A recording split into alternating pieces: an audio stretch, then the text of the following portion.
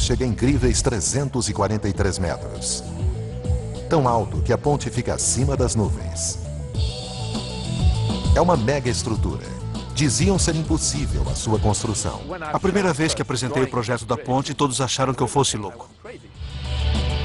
A equipe que tentou construir essa impressionante via expressa no céu teve que sobreviver a deslizamentos de terra, lutar contra ventos de incríveis 130 km por hora e violentas tempestades enquanto a ponte simplesmente se equilibrava no ar. Esta é uma ponte que levou as fronteiras da engenharia ao limite e além.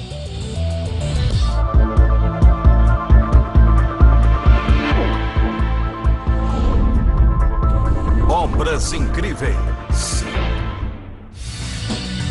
Ponte Millau.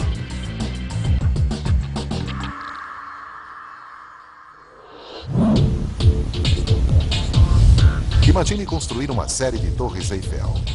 Depois, colocar uma rodovia de 4 pistas entre elas, de um lado a outro de um dos vales mais profundos da França. Embora pareça impossível, isso descreve quase que completamente a construção da Ponte Millau. Desde o começo, a equipe de construção enfrentou 3 grandes desafios. Primeiro, construir a ponte de cabo fixa mais alta do mundo. Segundo, colocar uma via expressa de 36 mil toneladas em cima dela. E terceiro, erguer 7 torres de aço, cada uma pesando 700 toneladas. E mais, eles tiveram que fazer isso centenas de metros acima do solo. Tão alto que se você estivesse no topo da Torre Eiffel, você ainda estaria olhando para cima para esta incrível ponte.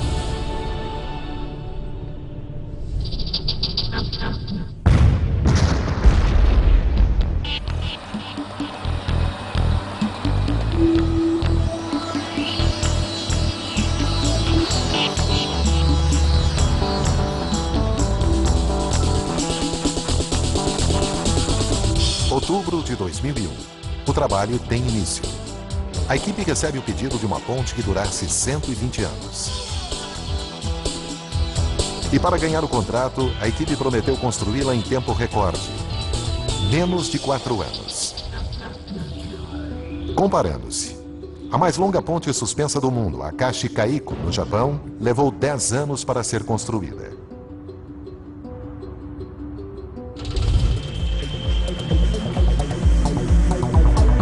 Qualquer atraso na obra lhes custará $30 mil por dia em penalidades.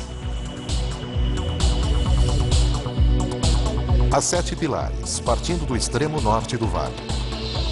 O primeiro causará problemas por causa da inclinação tão íngreme onde ficará. O segundo será o maior desafio por ser o mais alto. Cruzando o rio, o terceiro não será tão mais curto. E depois o quarto, quinto, sexto e sétimo ficarão em uma inclinação mais leve ao sul.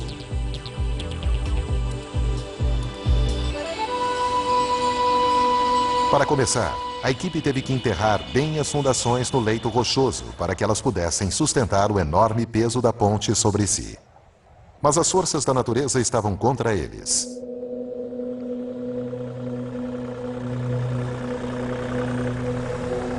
Os geólogos advertiram sobre os riscos impostos pelo calcário quebradiço da região. As rochas são cheias de cavidades, cavidades essenciais à economia local, cuja base é o queijo. As cavernas próximas a Millau são o lar de uma bactéria rara e singular responsável pelo bolor azulado presente no mundialmente famoso queijo Roquefort. Mas o que é perfeito para o queijo poderá ser desastroso para uma mega estrutura. O diagnóstico dos geólogos alertava sobre uma coisa: deslizamentos de terra. Esse tipo de catástrofe poderia comprometer todo o projeto. Apesar dos avisos, a construção seguiu em frente como planejado.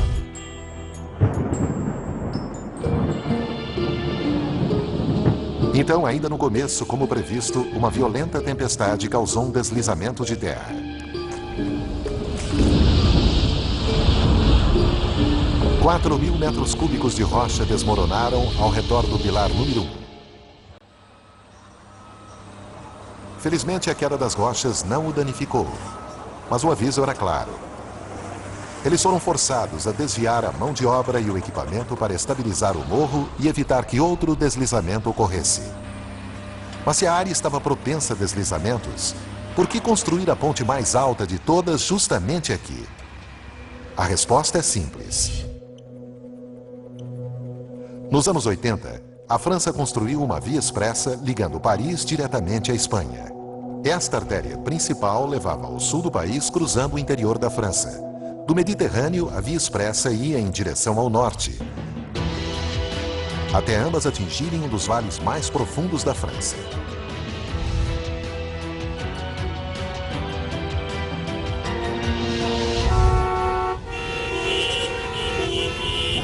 Bem-vindos a Millau, o local de maior engarrafamento da França.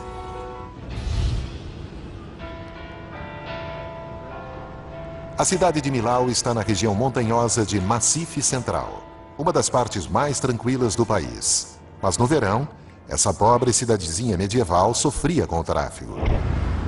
Os moradores não suportavam mais, nem o prefeito. Mais c'était terrible pour notre réputation.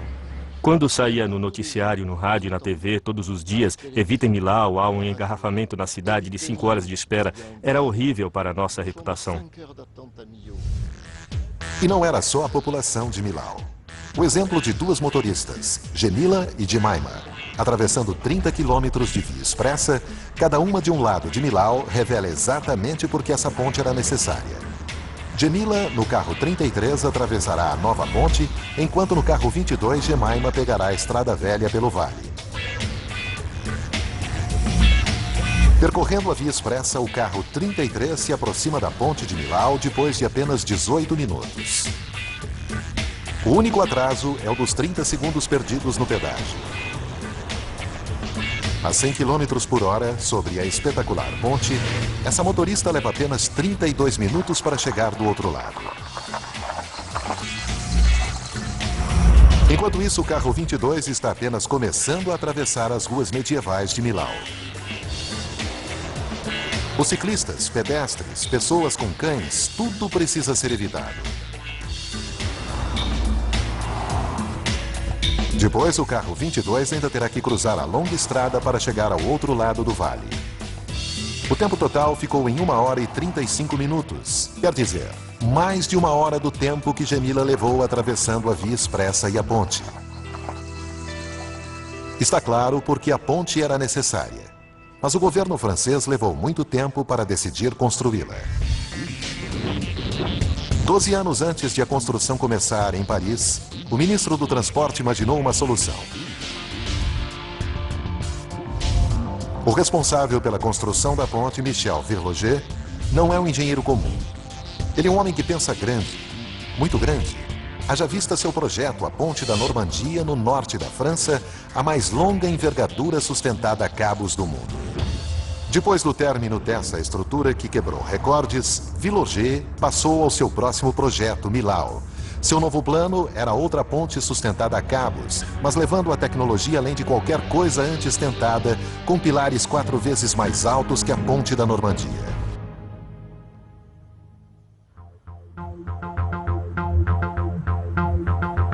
A Ponte Millau não seria apenas a mais alta do mundo. Ela seria diferente de qualquer outra ponte já construída. A primeira vez que eu mostrei o projeto da ponte para as autoridades, todos acharam que eu fosse louco.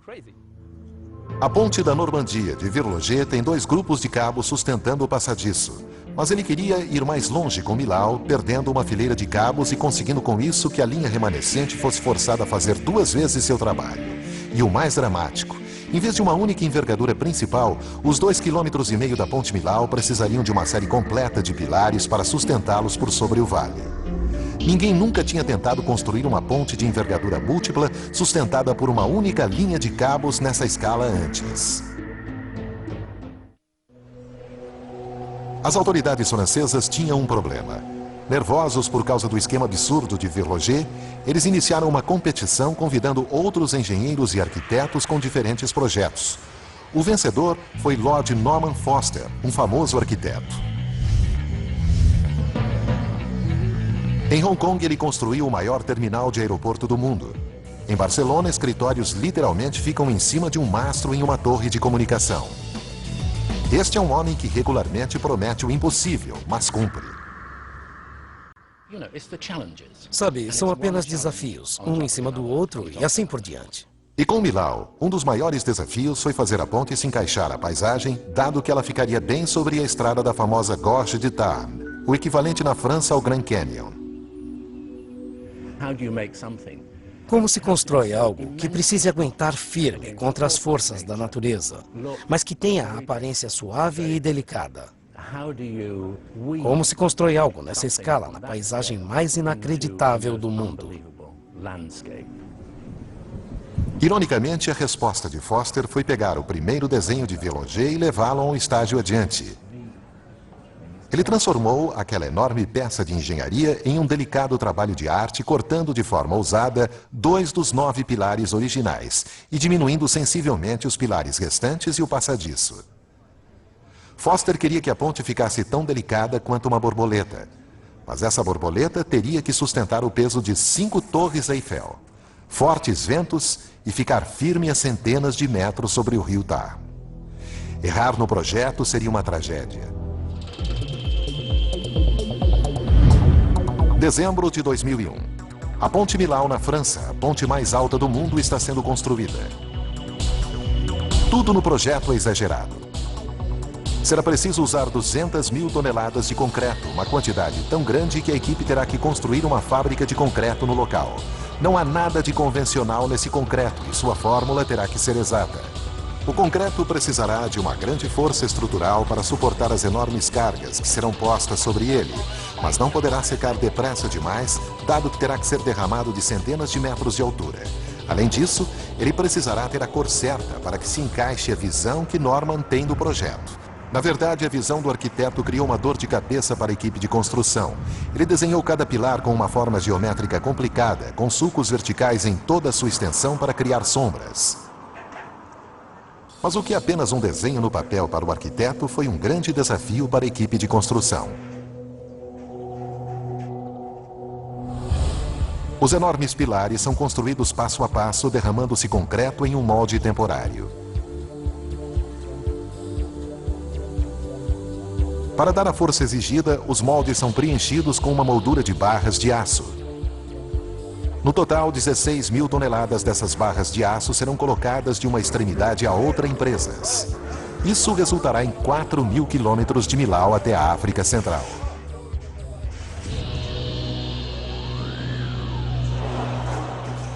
A forma de cada pilar é seriamente complicada.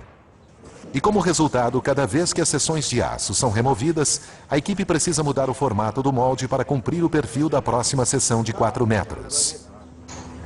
Manusear esses painéis de aço pesando até 15 toneladas não é fácil.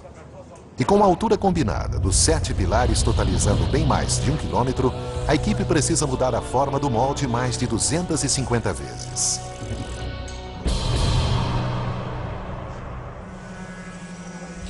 A cada 3 dias, cada equipe responsável por cada um dos pilares passava por esse ciclo completo, depois eles repetiam o processo. Era uma corrida contra o tempo, com a ameaça permanente do atraso. Manter toda a construção dentro do prazo e do orçamento era a difícil responsabilidade de um homem, Jean-Pierre Martin. Imagine se em vez de 3 dias tivéssemos levado 4. Multiplique pelo número de moldes e acabaríamos com um atraso de 6 meses. Com uma penalidade de quase $1 milhão por mês, isso era algo que Martin nem quis considerar. Esse prazo não era sua única dor de cabeça. É necessário muita precisão quando se está construindo a ponte mais alta do mundo. Algo errado e a ponte simplesmente pode cair. Apenas 10 centímetros de diferença, cerca da largura de um pulso em cada seção de 4 metros, e o pilar mais alto poderia estar a menos 6 metros de distância do topo. Isso equivale à espessura da fuselagem de um jumbo. Cada equipe está mirando em um ponto específico no céu. O pilar 2 teria que estar exatamente a 245 metros acima do solo, 546 metros do lado norte e 1914 metros da extremidade sul. Não havia margem para erros. A única chance que eles tinham de acertar nas medições era através do GPS, cuja precisão fica dentro de 4 milímetros. Usando sinais de múltiplos satélites, a equipe poderia precisar sua posição e ter a certeza de que estaria mirando no local certo no céu onde eles precisariam atingir. Mês após mês, os pilares vão ficando mais altos. Finalmente, em novembro de 2003, eles alcançam a altura total. Com 245 metros de altura, o Pilar 2 se torna o pilar mais alto do mundo. Mas será que esse pilar, que quebrou um recorde em altura, está onde deveria estar? Por incrível que pareça, está exatamente sobre o alvo, dentro de 2 centímetros de margem. É hora do champanhe e de uma grande comemoração.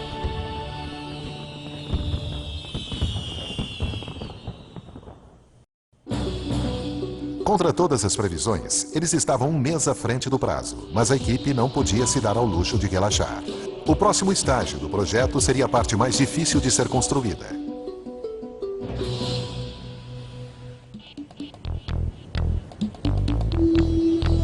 A fase 2 da construção da ponte mais alta do mundo envolveu a colocação de uma rodovia de 2,5 km, pesando 36 mil toneladas em cima dos pilares e 270 metros acima do rio Tar. Os construtores da ponte sabem do perigo em trabalhar nessa altura.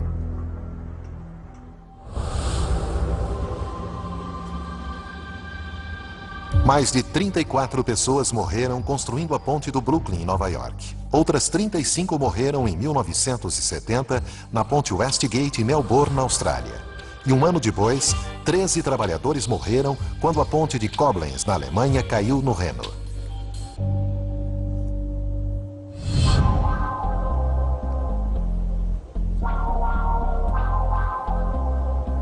Pensando nessas fatalidades, a equipe decidiu fabricar todo o passadiço na segurança da terra firme. Isso significou construir o passadiço em aço, o que em teoria seria muito mais seguro do que levantar grandes seções de concreto a centenas de metros de altura até a sua posição. Só havia um problema. Ninguém nunca tinha colocado o passadiço de uma estrada sobre pilares a essa altura, muito menos com mais de 2,5 km de comprimento. No final, apenas um fabricante de aço teve a coragem de encarar esse desafio colossal. Eiffel, a companhia de aço montada pelo grande engenheiro francês. Eiffel construiu o que um dia já foi a ponte mais alta do mundo, a Ponte Garabit, no sul da França. Isso antes de fazer a moldura para a Estátua da Liberdade em Nova York e, é claro, construir a torre que é a sua assinatura em Paris. Mas apesar da experiência da empresa, o gerente da Eiffel sabia que estava correndo um sério risco.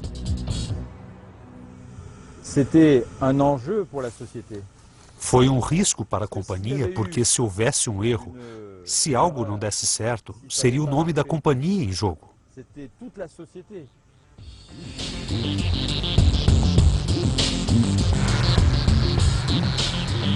Eles fabricaram as enormes seções que formaram o passadiço da ponte nas usinas de aço da empresa. Esse imenso quebra-cabeça envolveu a fabricação de 2.200 seções separadas, pesando até 90 toneladas cada e algumas com 22 metros de comprimento. Sua precisão foi medida com laser, dentro de uma fração de 1 milímetro. Os enormes tubos quadrados são a parte central que deveria tornar o passadiço rígido. Os painéis triangulares laterais serão soldados de cada lado para criar a largura de uma rodovia de 4 pistas. Para cumprir o prazo apertado, Bonomo automatizou a produção com um robô soldador de 2 cabeças e com uma máquina cortadora de plasma. Cada padrão de corte é programado dentro do computador. Depois, a máquina automaticamente corta seu caminho pelo aço. A tocha alcança escaldantes 28.000 graus centígrados. Isso é 5 vezes a temperatura do centro da Terra.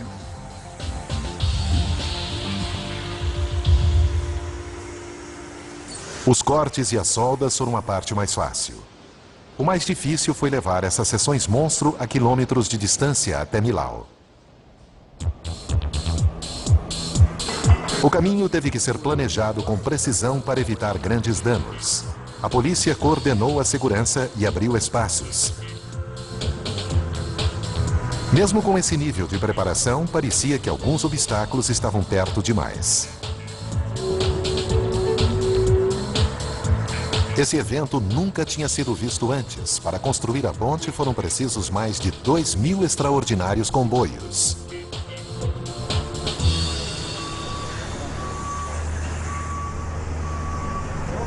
Os componentes chegaram aos locais de montagem, um de cada lado do vale.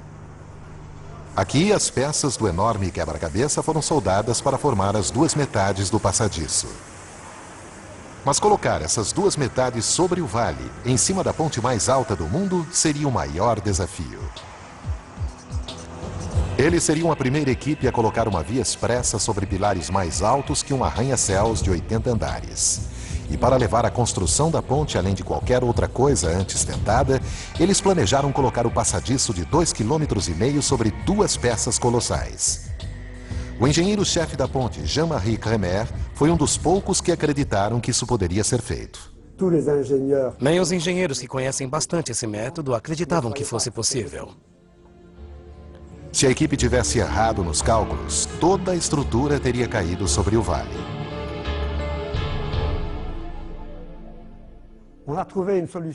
Encontramos uma solução para a construção, que foi colocar uma ponte de ambos os lados, uma parte no Planalto Larzac e uma no Planalto Rouge, e depois empurrá-las para fazer com que se encontrassem aqui, sobre o rio Tarn.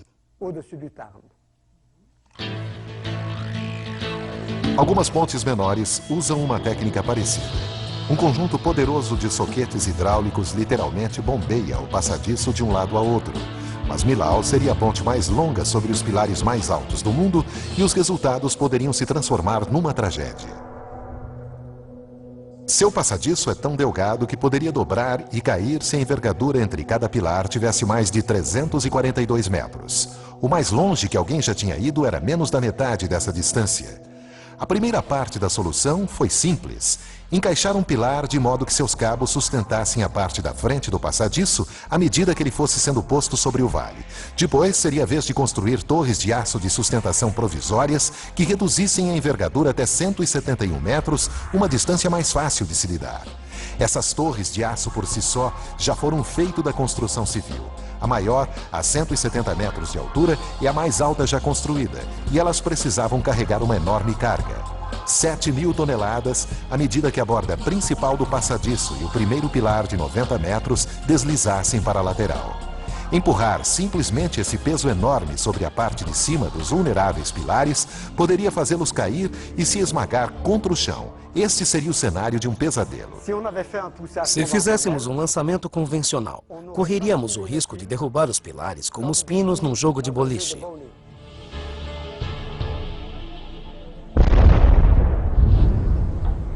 Alguém precisava reinventar a maneira pela qual esse tipo de ponte é feito. Essas pessoas foram Marc Buonomo e Jean-Marie Crémer, que surgiram com um plano. O princípio básico pode ser demonstrado com uma pesada caixa e uma mesa de oscilação. Com um lançamento normal, a gente correria o risco de derrubar os pilares. Quero avançar o passadiço sobre o pilar, mas se eu empurrar o passadiço daqui, dessa parte, eu poderia derrubar os pilares, porque eles são altos demais.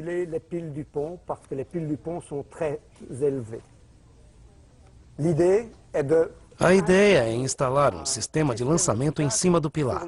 E dessa maneira, se eu empurrar o passadiço, ele não terá efeito sobre a estabilidade dos pilares. E eles não cairão.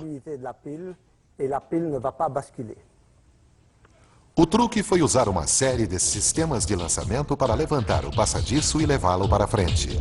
Cada sistema usa 2 blocos com bordas moldados sobre cada lado do passadiço. A borda superior é levada para frente por um soquete hidráulico. Ela escorrega para cima da borda mais baixa, ao mesmo tempo levantando o passadiço de seus apoios e fazendo com que ele avance 600 milímetros. A borda mais baixa então retrai, deixando o passadiço em cima de seus apoios. A borda superior retorna à sua posição original e todo o ciclo recomeça. 4 desses equipamentos inteligentes são colocados em cada pilar, todos programados para funcionar exatamente ao mesmo tempo. O resultado é que juntos eles levantam toda a estrada e levam-na para frente, mas se um deles cair, ou for mais depressa ou devagar que os outros, poderá causar uma tragédia. A força poderá ir separando os pilares da ponte até que eles caiam.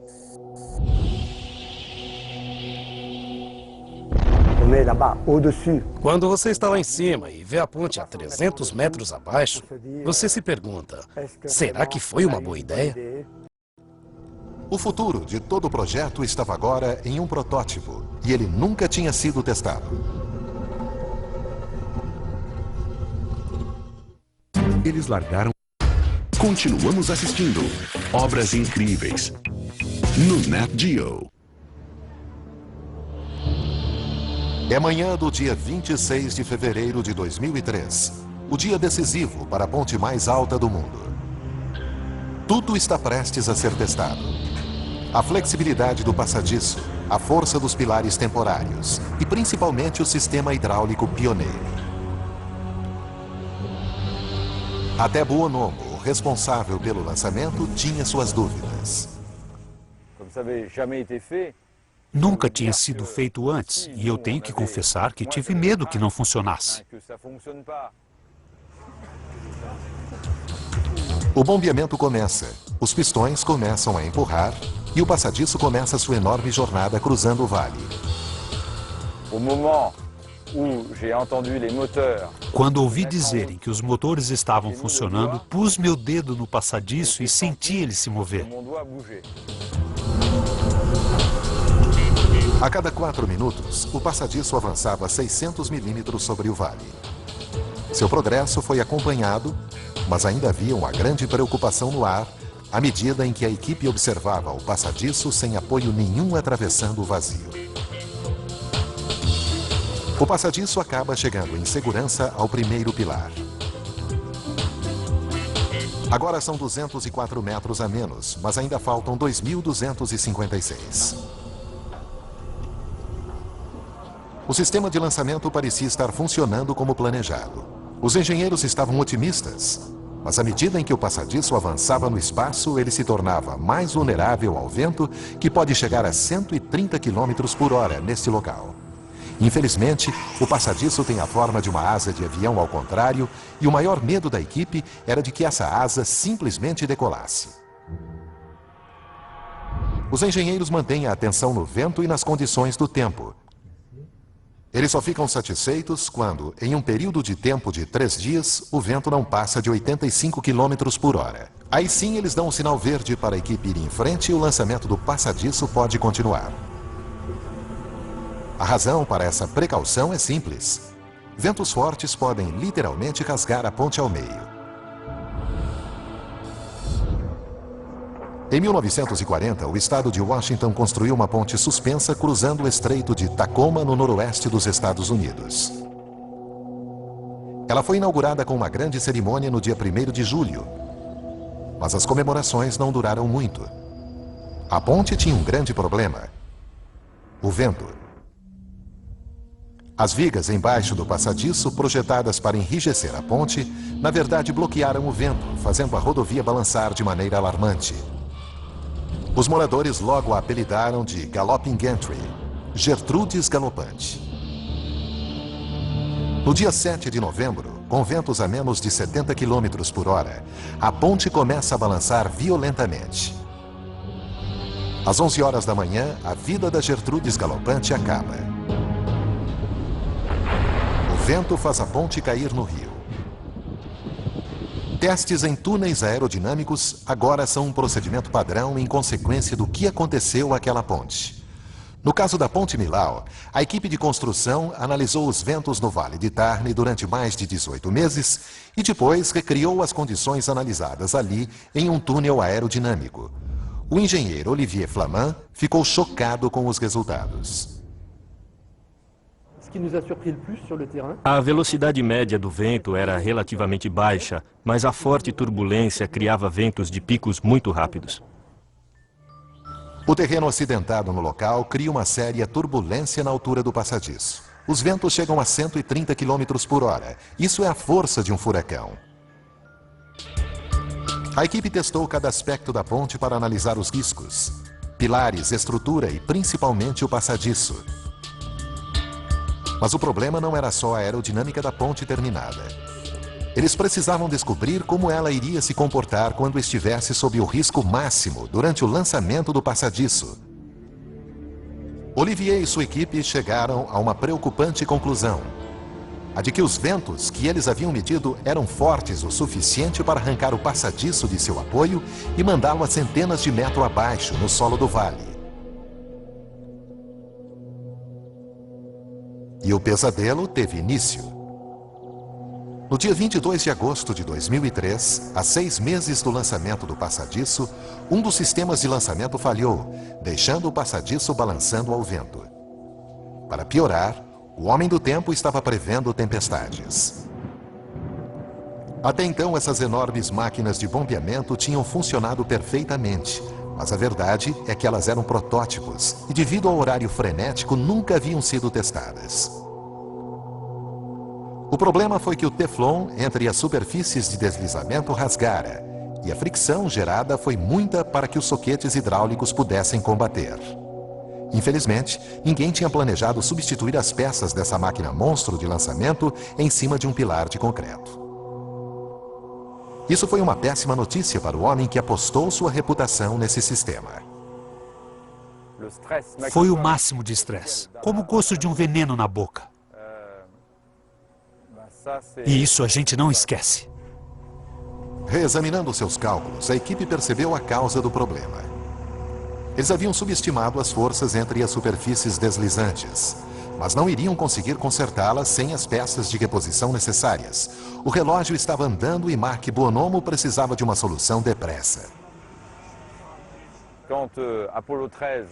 Quando o Apollo 13 voltou com aquele incidente, os engenheiros da NASA exigiram que fosse feita uma investigação de tudo o que estava a bordo, para saber como reparar futuros problemas.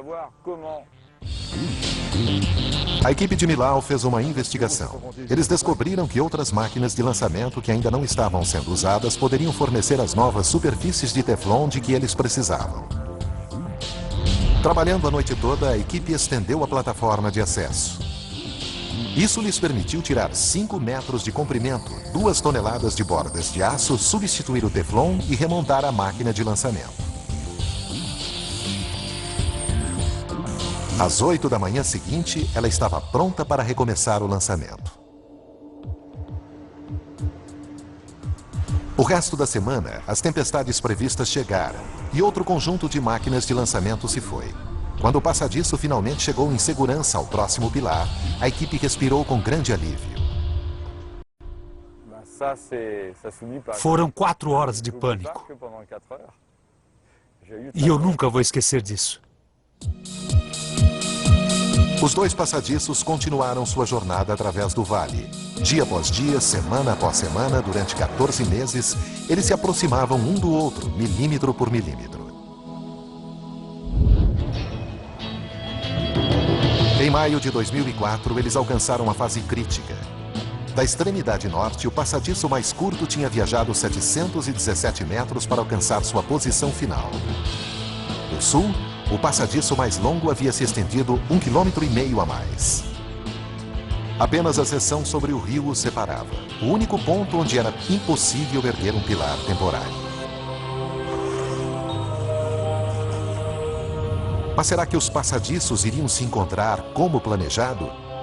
Se os cálculos estivessem errados, eles teriam construído o maior elefante branco da Europa. Até o homem por trás do projeto estava em dúvida. Eu não estava completamente convencido de que as 2 metades do passadiço iriam se unir em perfeita geometria. As probabilidades estavam contra eles. Fazer um cálculo tão preciso era uma tarefa hercúlea.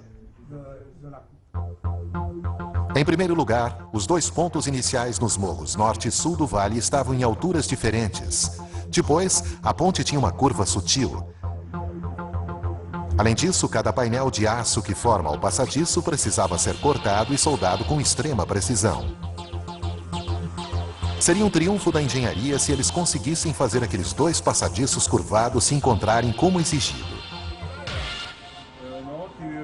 A equipe verifica as notícias sobre o clima. Com o vento dentro de limites seguros, eles dão o sinal verde para o empurrão final. Os soquetes começam a levar a borda principal do passadiço para longe da segurança do pilar 3 em direção ao seu destino. Neste ponto, seria preciso que um total de 21 sistemas de lançamento se movessem exatamente ao mesmo tempo para evitar uma tragédia. Se algo desse errado, o responsável seria Marc Buonomo. Todos me perguntavam, como você pode ter certeza de que dará tudo certo? Então, para ter certeza de que tudo seguiria seu caminho, eu tinha um GPS à frente. Portanto, dava para ver o vão entre a posição teórica e a real. Nos 2 dias e noites seguintes, o passadiço avançou 600 milímetros de cada vez em direção à sua posição final. A mídia mundial estava assistindo ao crítico encontro dos passadiços e, para aumentar a pressão, o primeiro-ministro francês deveria chegar para comemorar o evento.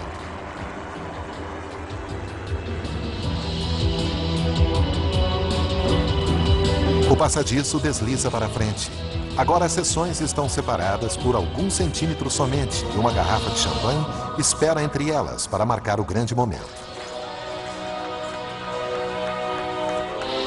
Finalmente, a união. Os enormes passadiços de aço viajaram um total de 2,5 km sobre este vale e, depois da verificação, a equipe descobre que eles estão alinhados dentro de 1 centímetro.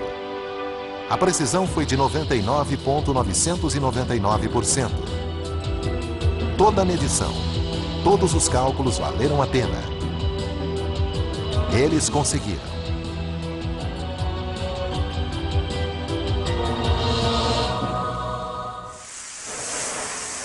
Os passadiços se juntaram e a equipe alcançou o último estágio do projeto. Mas ainda havia uma corrida para cumprir o prazo e seus problemas ainda não haviam terminado. As dramáticas ondulações do passadiço flexível de aço eram claramente visíveis. Até mesmo alguns construtores de pontes se perguntaram sobre sua integridade estrutural. Foi uma enorme surpresa para nós.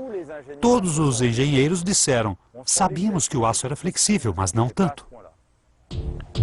A equipe recorreu a pilares e cabos para empurrar o passadiço diretamente para frente.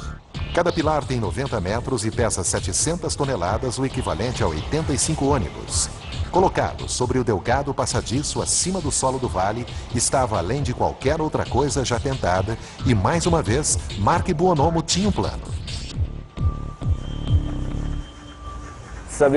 Os primeiros que construíram pilares verticais foram os egípcios. Buonomo adaptou uma técnica usada no Antigo Egito para erguer obeliscos na areia. Em cima de cada passadiço, a equipe colocou 2 enormes torres de aço, ambas sustentadas por cabos e equipadas com sistemas hidráulicos capazes de levantar 1000 toneladas. O pilar de 700 toneladas é levantado pelo sistema hidráulico. À medida que sobe, ele se posiciona pouco a pouco até ficar na vertical. Depois, é baixado em segurança até seu ponto de ancoragem. A técnica de 4.000 anos de Buonomo funcionou perfeitamente.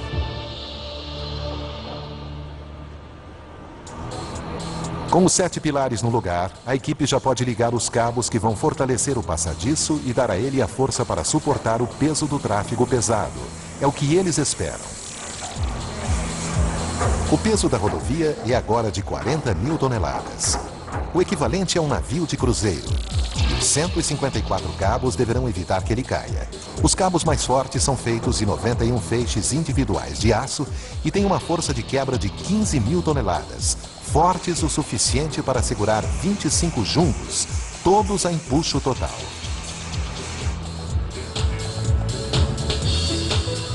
À medida em que os cabos são esticados diretamente segundo o plano, as ondulações no passadiço são empurradas para frente. Sobre os 2,5 km do passadiço, as ondulações agora não são maiores do que 1 polegar. Eles finalmente estão alinhados.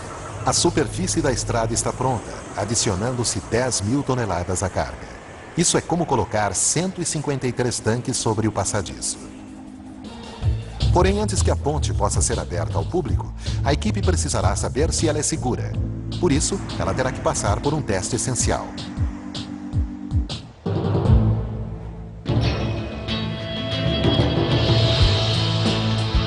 Depois de 3 anos, a equipe que construiu a Ponte Millau na França está prestes a descobrir se seus cálculos estavam corretos.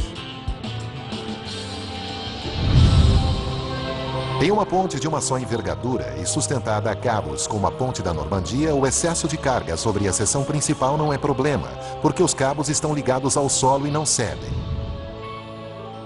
Mas nas 8 envergaduras da Ponte Millau, os cabos são ligados aos passadiços das seções adjacentes. Uma carga a mais sobre uma das seções a fará cair, empurrando os cabos para baixo. À medida em que os pilares se alinham, os cabos são empurrados para cima, levantando os passadiços vizinhos e causando um perigoso efeito de ondulação. Chegou a hora de a equipe testar a ponte. Esses 28 caminhões têm um peso combinado de mais de 900 toneladas. Eles estão posicionados em um ponto crítico, a envergadura do meio. Os engenheiros prendem a respiração. Eles tiram as medidas. A envergadura cede apenas 26 centímetros. Isso é um triunfo para os engenheiros. A ponte foi projetada para suportar mais que o dobro disso. 4 semanas depois, no dia 14 de dezembro de 2004, o presidente Jacques Chirac inaugurou oficialmente a ponte. Um momento de orgulho para toda a França.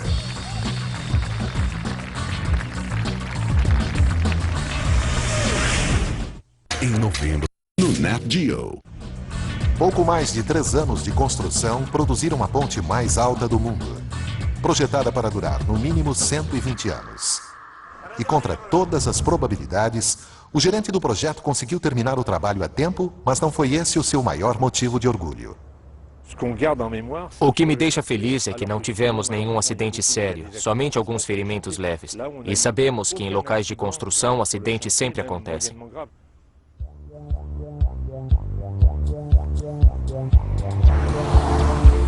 Assim que foi aberta ao público, a ponte foi sucesso instantâneo.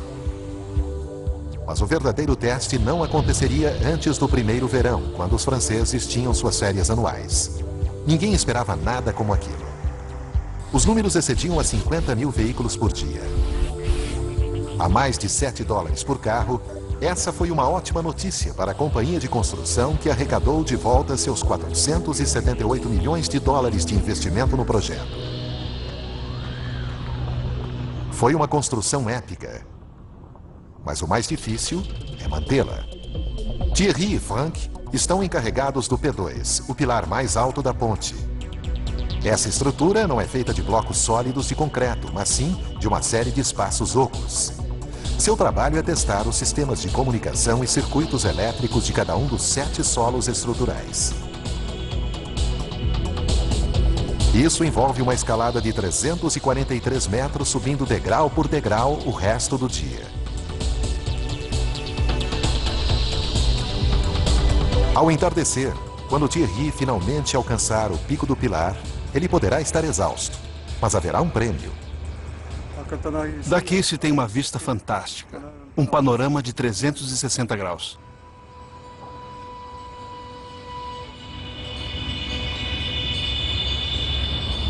A ponte mais alta do mundo se tornou um ícone. Mas isso está criando problemas que ninguém havia imaginado. A população tem tomado a ponte como plataforma para conseguir a atenção da mídia para suas causas. Essa multidão espera que a atitude de levar suas ovelhas para cima dessa rodovia no céu os ajude a conseguir mais subsídios para suas fazendas. O trabalho de José é evitar que esse tipo de incidente crie perigos e que nessa ponte os incidentes continuem acontecendo. Um alarme ativado por um sistema de movimento significa que há um veículo parado sobre a ponte. Imediatamente, José manda um colega para lidar com a situação. A última coisa que alguém quer é um engarrafamento de 2,5 km em uma ponte no céu. José aproxima sua câmera para revelar a imagem de um homem que deixou seu carro e está sentado na beirada da ponte. O motorista está provavelmente com problemas. Mais de uma vez, um homem já subiu na ponte e saltou para a morte.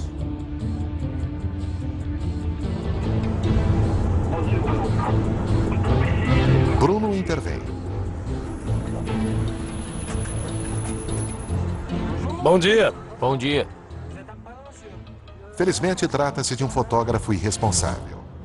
Poderíamos dizer que a Ponte Millau é uma vítima de seu próprio sucesso. Ela definitivamente tornou-se uma grande atração turística, tendo recebido 700 mil visitantes nos primeiros 9 meses.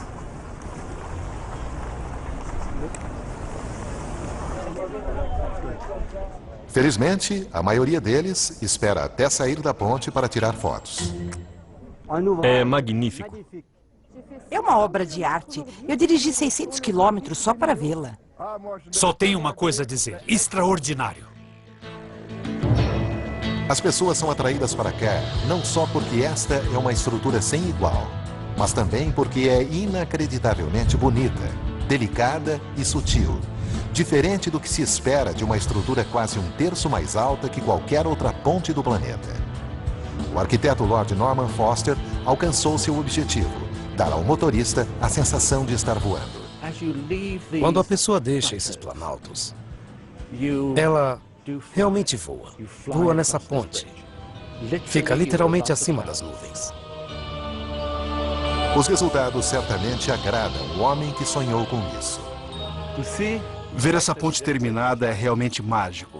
É algo com que sonhei há 15 anos. Essa é a ponte sustentada a cabos mais longa do mundo. A rodovia mais alta do mundo e, claro, a 343 metros de altura, a ponte mais alta já construída.